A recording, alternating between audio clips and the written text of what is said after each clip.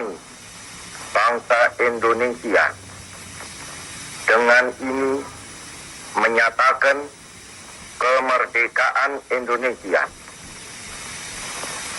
Hal-hal yang mengenai pemindahan kekuasaan dan lain-lain diselenggarakan dengan cara saksama dan dalam tempo yang sesingkat-singkatnya. Jakarta, 17 Agustus 1945, atas nama bangsa Indonesia, Soekarno, Hatta. Halo, Assalamualaikum warahmatullahi wabarakatuh. Bertemu kembali dengan saya Ibu Nurbeti Syutin SPD. Nah, tadi kita telah mendengarkan pembacaan teks proklamasi kemerdekaan Indonesia pada tanggal 17 Agustus 1945. Pertanyaan di sini, siapakah yang membacakan teks proklamasi tersebut? Dan di manakah teks proklamasi tersebut dibacakan? Nah, marilah kita menyimak pembahasan materi berikut ini. Persiapan kemerdekaan Indonesia. Menjelang akhir tahun 1944, posisi Jepang dalam Perang Asia Pasifik semakin terdesak. Satu demi satu daerah jajahannya jatuh ke tangan pasukan sekutu. Pada tanggal 7 September 1944, Perdana Menteri Jenderal Kuniaki Koiso menjanjikan kemerdekaan kepada Indonesia. Janji ini dikemukakan di depan parlemen Jepang dengan tujuan untuk menarik simpati Indonesia. Sebagai pembuktiannya, ia mengizinkan pengibaran bendera merah putih di kantor-kantor, tetapi harus berdampingan dengan bendera Jepang. Pembentukan BPUPKI. Pada tanggal 1 Maret 1945 diumumkan pembentukan Badan Penyelidik Usaha-Usaha Persiapan Kemerdekaan Indonesia atau dikenal dengan BPUPKI. BPUPKI terdiri dari 63 orang yang diketuai oleh Dr. Rajiman Wijoyoningrat. BPUPKI mengadakan sidang sebanyak 2 kali. Di sidang pertama BPUPKI mulai tanggal 29 Mei sampai 1 Juni 1945. Sidang kedua pada tanggal 10 sampai 17 Juli 1945. Sidang pertama BPUPKI menghasilkan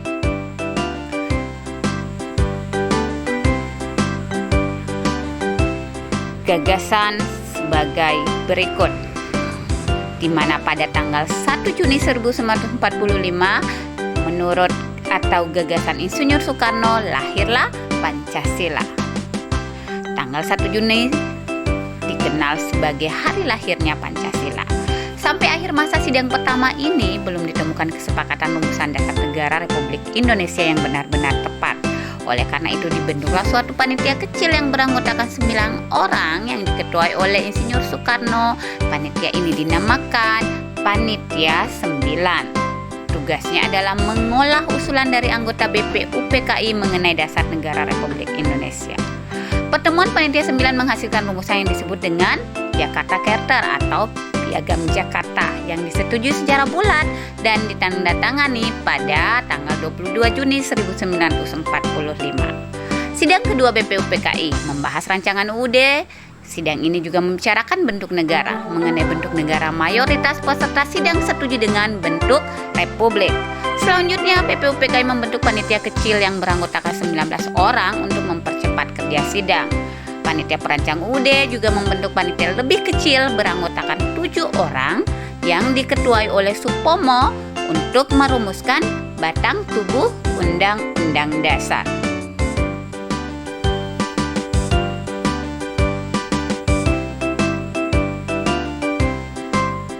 Pada tanggal 14 Juli 1945, panitia perancang UUD diketuai oleh Soekarno melaporkan hasil kerja panitia, yaitu pernyataan Indonesia Merdeka, pembukaan Undang-Undang Dasar, dan batang tubuh Undang-Undang Dasar. Dengan demikian, panitia perancang Undang-Undang Dasar telah selesai melaksanakan tugasnya. Dan pada tanggal 16 Juli 1945, BPUPKI menerima dengan bulat naskah UUD dan yang dibentuk panitia UUD. Pembentukan PPKI. Pada tanggal 7 Agustus 1945, BPUPKI dibubarkan karena dianggap telah selesai melaksanakan tugasnya. Selanjutnya dibentuklah Panitia Persiapan Kemerdekaan Indonesia atau PPKI. Ketua PPKI adalah Insinyur Soekarno dan wakilnya adalah Dr. Andes Muhammad Hatta. Sebagai penasehat diangkat Mr. Ahmad Soebardjo, di mana pada awal pembentukannya jumlah anggota PPKI terdiri atas 21 orang. Kemudian ditambah 6 orang, jadi jumlahnya 27 orang. Tugas utama PPKI adalah mempersiapkan segala sesuatu yang berkaitan dengan keperluan pergantian kekuasaan dari pihak Jepang kepada Indonesia. Nah, peristiwa Rengas Dengklok. Peristiwa Rengas Dengklok diawali oleh peristiwa menyerahnya Jepang tanpa syarat kepada sekutu pada tanggal 14 Agustus 1945.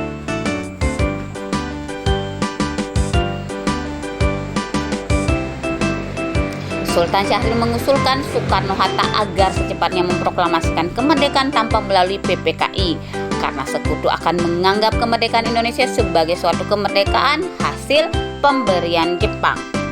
Usulan Syahrir tersebut tidak disetujui oleh Soekarno-Hatta. Mereka berpendapat pelaksanaan proklamasi harus melalui PPKI sesuai dengan prosedur maklumat Jepang yaitu pada tanggal 24 Agustus 1945. Perbedaan sikap ini mendorong para pemuda kembali berunding pada pukul 24.00 menjelang 16 Agustus 1945. Rapat itu dihadiri oleh Soekarni, Hairul Saleh, Yusuf Kunto, Dr. Muwardi, Yudan Kosinggi, dan Dr. Sucipto. Hasil perundingan itu menyepakati untuk membawa Soekarno-Hatta keluar kota dengan tujuan menjauhkan mereka dari pengaruh Jepang. Selanjutnya pada 16 Agustus 1945 pukul 4.30 Soekarno Hatta dibawa para pemuda ke Rengas Dengklok, Kerawang, Jawa Barat.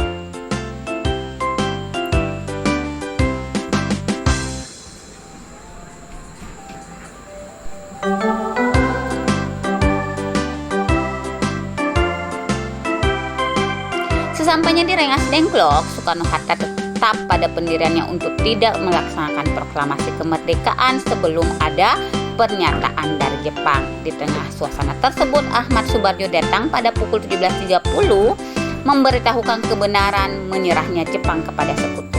Mendengar berita itu, Soekarno-Hatta akhirnya bersedia memproklamasikan kemerdekaan Indonesia. Nah, sekarang perumusan teks proklamasi. Pada malam hari 16 Agustus 1945 pukul 20, Soekarno-Hatta beserta rombongan berangkat menuju Jakarta. Mereka tiba di Jakarta pada pukul 23, lalu menuju rumah kediaman Laksamana Meda.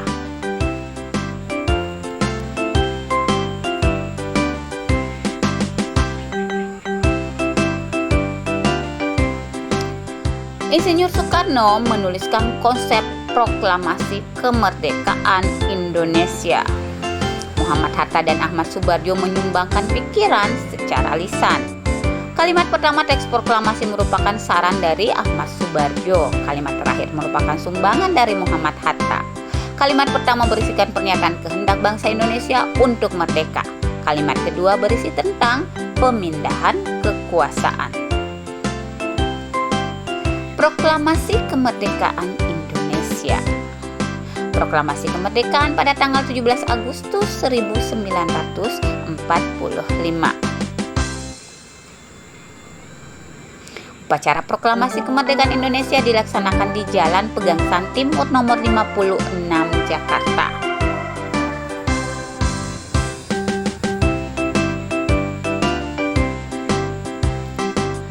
Teks proklamasi dibacakan oleh Insinyur Soekarno tepat pukul 10.00 waktu Indonesia Barat. Upacara proklamasi kemerdekaan Indonesia dimulai. Pengibaran bendera merah putih oleh Latif Hendraningrat dan Suhut.